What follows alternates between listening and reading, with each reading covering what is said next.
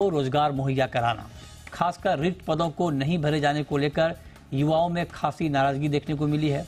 जो परीक्षाएं हुई भी हैं तो उनमें से कुछ के पेपर लीक होने से मामला अटक गया है। फिलहाल तो रोजगार के मोर्चे पर सरकार इस चुनौती से कैसे निपटेगी, ये एक बड़ा सवाल है। ऐसे में आज हम इसी पर चर्चा करेंगे कि रोजगार के मोर्चे पर सरकार को और क्या कुछ करने की जरूरत है।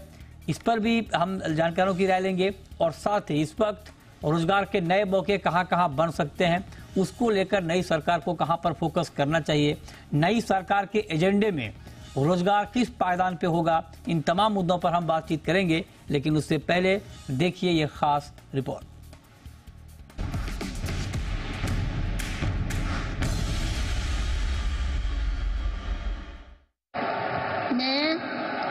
मैं नरेंद्र दामोदर दास मोदी सरकार के तीसरे टर्म की शुरुआत हो चुकी है, लेकिन इस तीसरे टर्म में सरकार के सामने अपने सहयोगी दलों को साथ लेकर चलने के साथ ही कुछ बड़ी चुनौतियां भी हैं। इन चुनौतियों में सबसे बड़ी चुनौती रोजगार को लेकर है।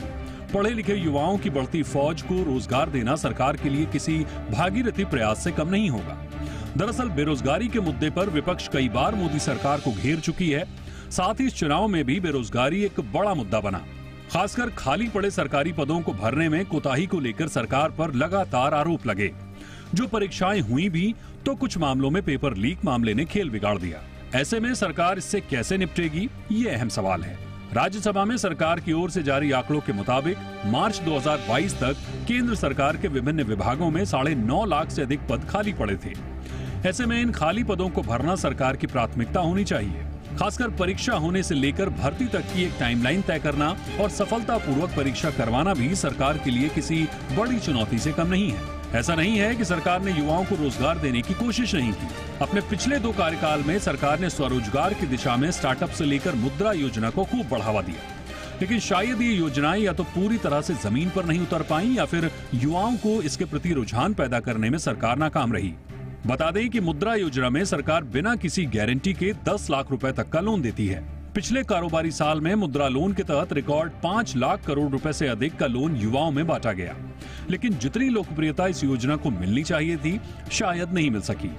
वहीं पहले से चली आ रही प्रधानमंत्री कौशल विकास योजना के दायरे को और बढ़ाने के साथ ही इसे युवाओं में लोकप्रिय बनाना भी सरकार की प्राथमिकता होगी।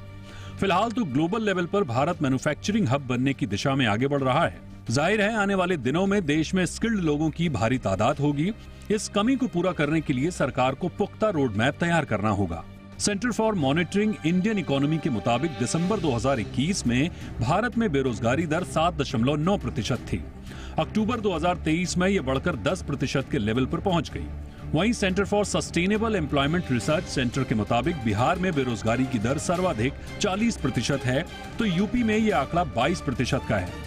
ऐसे में इन आंकड़ों के साथ देश भर में बेरोजगारी के आंकड़े में कमी लाना है तो सरकार को एक्शन मोड में आना होगा और ऐसे संसाधन तैयार करने होंगे जो न केवल रोजगार परक हों बल्कि देश में विकास की बयार को नई दिशा देने वाले भी हों।